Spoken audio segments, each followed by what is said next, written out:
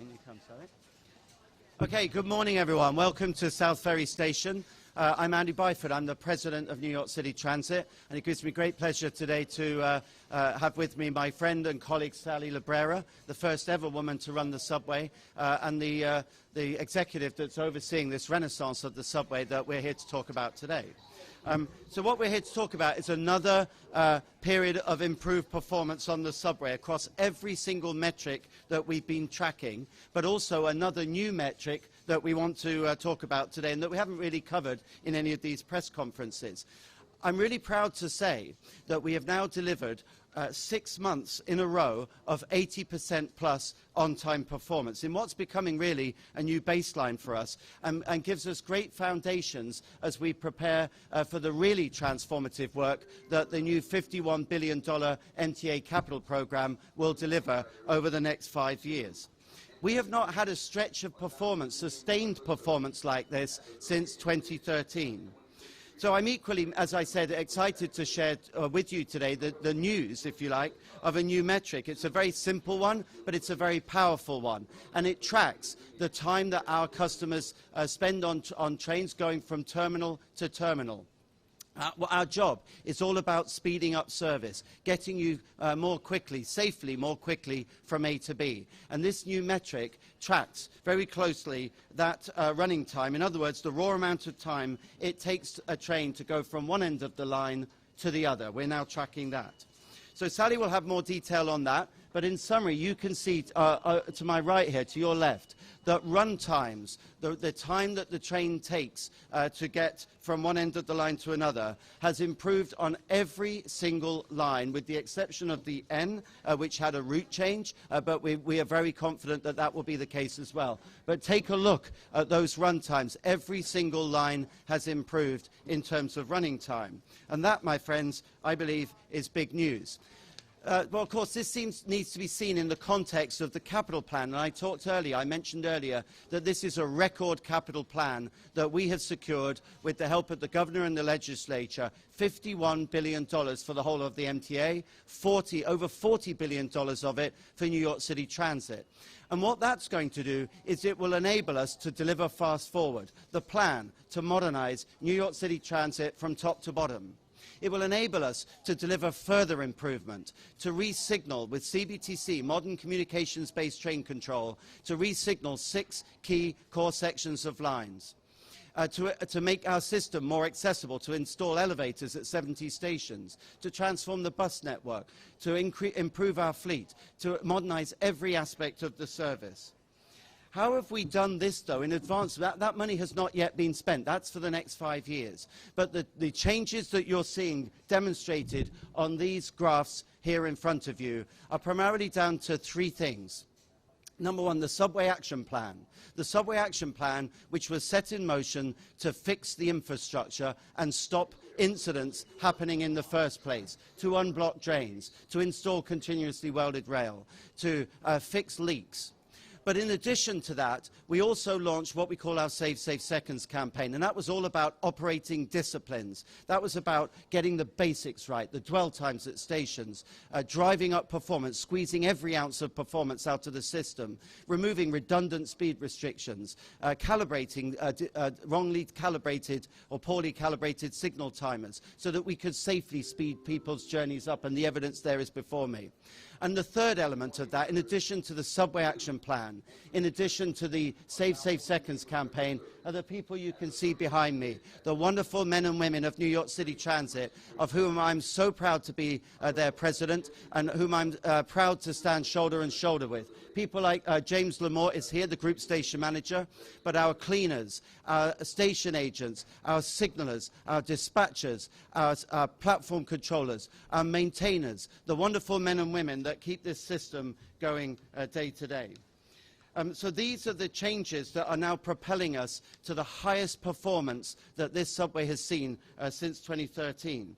This just shows you that we now have laid the basics to really take off when the capital plan kicks in. And just one more point, capital plan and the Fast Forward plan is all about providing tangible new benefit for customers. Well, breaking news, folks, right behind me, have a look at that gate array. Omni, One Metro New York, Omni, the Omni new way to pay system, went live today here at South Ferry, hot on the heels of Penn Station just the other day. But a great leader, or a good leader, and I'm just the figurehead of New York City Transit, needs to surround themselves with excellent people. So I'm very proud to have built a killer, fantastic, world-class leadership team, and that's personified by the lady I'll now introduce, the Senior Vice President of Subways, Sally Librera. Thank you, Andy. We have completed a historic turnaround of subway performance and reliability. We still have more to do, but the accomplishments that we are here today to talk about are significant and real. We reversed a decade-long trend of declining performance in terms of on-time performance and worsening train reliability, and now we are sustaining those improvements with our 6th consecutive month of on-time performance above 80%, and that compares to a low of 58% on-time performance in 2018. And better yet, we're seeing these improvements on every single line in the system. Delays are down by more than 40% compared to last year. Major incidents are down nearly 50% compared to last year. Our mean distance between failures on our trains is up 9%. Our customer journey time statistics are all significantly improved this year versus last year. And as Andy mentioned, our run times are also showing improvement on every single line in the system. So most of our service delivery statistics measure how we deliver service compared to our schedule, which is important because we should be measured by how well we deliver the service that we set out to deliver. But the runtime statistic is different. It is a pure measure of the travel time from one end of the line to the other.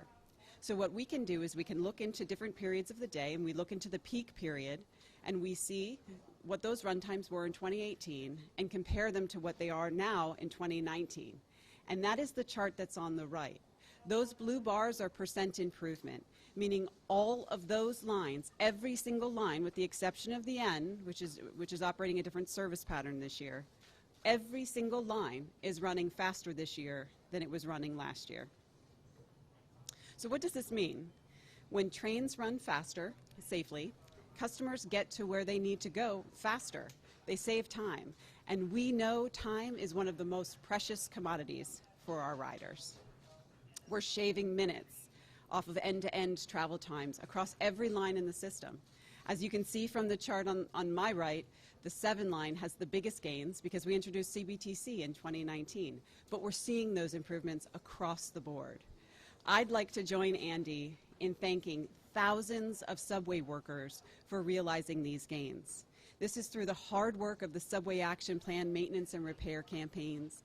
It's through the focus on optimal operations under the Save Seconds work that we are able to deliver this. So thank you to the thousands of Subways workers who work each and every day to deliver safe, reliable, and improved service. And thank you also to our customers who have joined us in this journey of customer improvement, and I know, or of service improvement, and I know that that takes patience on the part of our customers, and we appreciate that.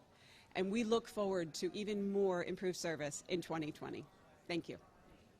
So we'll go to questions in just one moment. Let me just make one more point. We're not satisfied with this. We know that we can do better, and we know that we need to do better. We've now hit that baseline of 80%. We want to go higher. We want to get up through the mid-80s. We want to hit the 90s. I want every line to be performing in the same way that the 7 line is. And for that, the most transformative thing we can do is to cut to the chase and get on with what really needs to be done, which is resignaling. And that the capital plan, the fast forward plan will deliver. But for now, it's good to have stabilized the system, to have worked so hard on getting it back to where it needs to be in terms of a baseline. We now push on to really deliver the service that a world-class city needs and deserves. With that, we'll go to questions. Vin.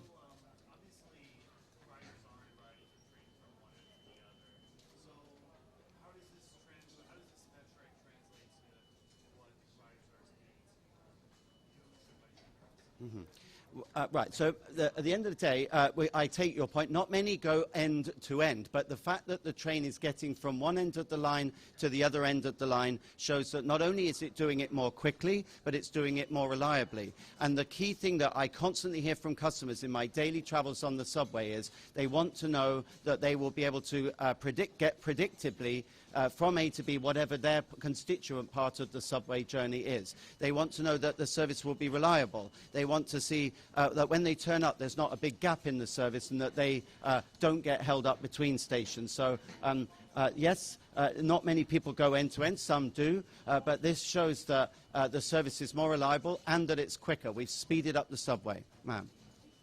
I mean, people don't really look at a timetable when they're taking the subway. They just swipe or tap and go and hope the train is there. So I guess, can you translate into that what that means really for the average rider between the time they get to work and Yep. not looking at the time? Well, it means precisely that. It means that it is supposed to be, a subway is supposed to be a turn-up-and-go service. I've run commuter railways in my past career where timetable was much more important because people target a particular train. Here, customers should be able to, with confidence, turn up at a station and know that it's like a heartbeat, that the service just keeps pulsing out, that there aren't gaps in the service, that there are regular departures, and that once you're underway, the journey time between stations is predictable and it's as short as it safely can be. In other words, that you don't get big gaps or you don't get held up between stations. What would you say now is causing any delays or most delays in the system? Want to take that, Sally? You know, you said you were going to work on trash, you know, starting problems in the subway, things like that, signaling. What is the biggest problem now? So over the last 2 years, we have spent a good amount of time improving our data sources so that we can better drill down on root cause. And we see that we do have incidents that are caused certainly by asset failures, things like signal issues and rail problems, but we see a dramatic reduction in those types of incidents. In fact, the major incidents that we talked about, that I mentioned earlier, being down by 50%, typically those are caused, or many of them are caused, by those types of asset issues. So the fact that we are seeing that dramatic reduction shows the progress we're making. We still do have delays associated with things like sick passengers and investigations, and we work not in those cases not necessarily to prevent them in all cases, but also to make sure that we're responding as quickly as we can, and that we are getting service back on track as quickly as possible with rail strategies and optimal operations that we're pushing through our Save Seconds campaign. Let me just add to that, if I may. I might just add to that. I mean, it's to Sally's credit that 2 years ago when we came together as a team, and we had the Transit Committee meeting this morning, the book that we used, and we still do use, used to contain a big, meaningless, amorphous lump called passenger delays, if I remember rightly. And it wasn't passengers at all. The passengers were waiting for the service. So what we needed to do was get right into the granular detail, the root cause of what those operating environment, as we now call it, operating delays were. And for every type of delay, identify what those root causes were and assign remedies. So let's take trash, for example, or track fires. The reason we had a lot of track fires was there was a lot of trash on the tracks. So we have invested in and deployed 3 state-of-the-art vacuum trains, and the right-of-way, the track looks demonstrably cleaner now, and I'm very proud of that. And for every other category, we have gone into infinite detail looking to find mitigations and executing those mitigations, and the figures speak for themselves. So what I said to Sally was, we need to get to root cause. I want you to set up a program. I'm setting you a challenge of 10,000 delay minutes per period. We've subsequently increased that to 15,000 delay minutes per period reduction, and you've delivered that 18,000. So I forgot I'd pushed you. It's going to be 20 if you carry on like that. We're going to keep ratcheting that target to keep driving down those delays. Dan.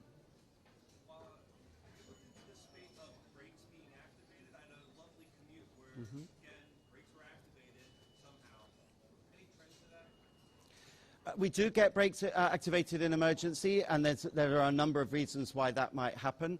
In each case, there is a procedure that we follow to make sure that the train hasn't hit something. The operators must check to make sure that they understand why the brakes have applied. I mean, the brakes might apply because a train has hit something. They would apply if a train has overrun a train stop. The brakes would apply if, on a CBTC section, if a train has gone over speed. So there's a number of reasons why that might have happened. Again, that's on our shopping list. Sally and I have discussed that. We have been specifically targeting BIE incidents, but I do want my operators in each case to properly investigate why the train's brakes have applied. And we do. No, it isn't. Absolutely not. How are non-peak running times doing? And why share peak and not non-peak when people in the city ride the train every single hour and then every single Yeah, I'll ask Sally to talk to that, but off-peak is as important to us as peak. Bear in mind that in the off-peak, that's when we do most of our work, but I'll let Sally talk to the detail. So we've just recently rolled out this statistic, and the reason that we focused on the peak is because that is when the least amount of planned work is happening in the system, and it's the truest comparison for the runtime changes. Our journey time statistics do take off-peak into consideration, and when we look at the journey time statistics, we're looking at how platform waiting time and train travel time is comparing to schedule, and we're seeing significant improvements in those areas as well. Other questions? Anybody?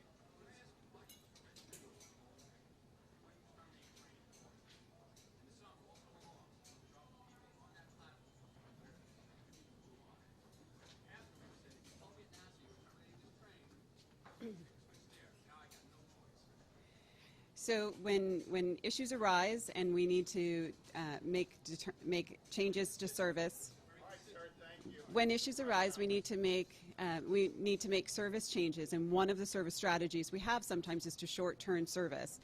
And while it does cause inconvenience, and we understand it causes inconvenience at particular points, our Rail Control Center is making those decisions with the entire system and the entire network in mind. And so they have a broader view on the benefit of some of those service changes, and that's the entire principle behind the rail strategies that we implement. Yeah, go ahead. peak running times? Can you just explain what it is and what the percentages do? Sure. So this percentage is comparing the median peak running time for November of 2019 to the median peak running time of November of 2018 per line. And so those percent changes are essentially the delta over the starting point. Can you describe what is a median peak running time? Sure. Use an example of an actual train running. Sure. Sure. So a median is the middlemost measurement in a set of statistics. So if it's the 50th percentile, so we pick the median because it is the most typical trip. So we pick the most typical trip statistically, and we run this based on every single trip that's run. We pick the middlemost value, and that value is what we compare in 19 to 18 to best represent the average experience that our customers are having.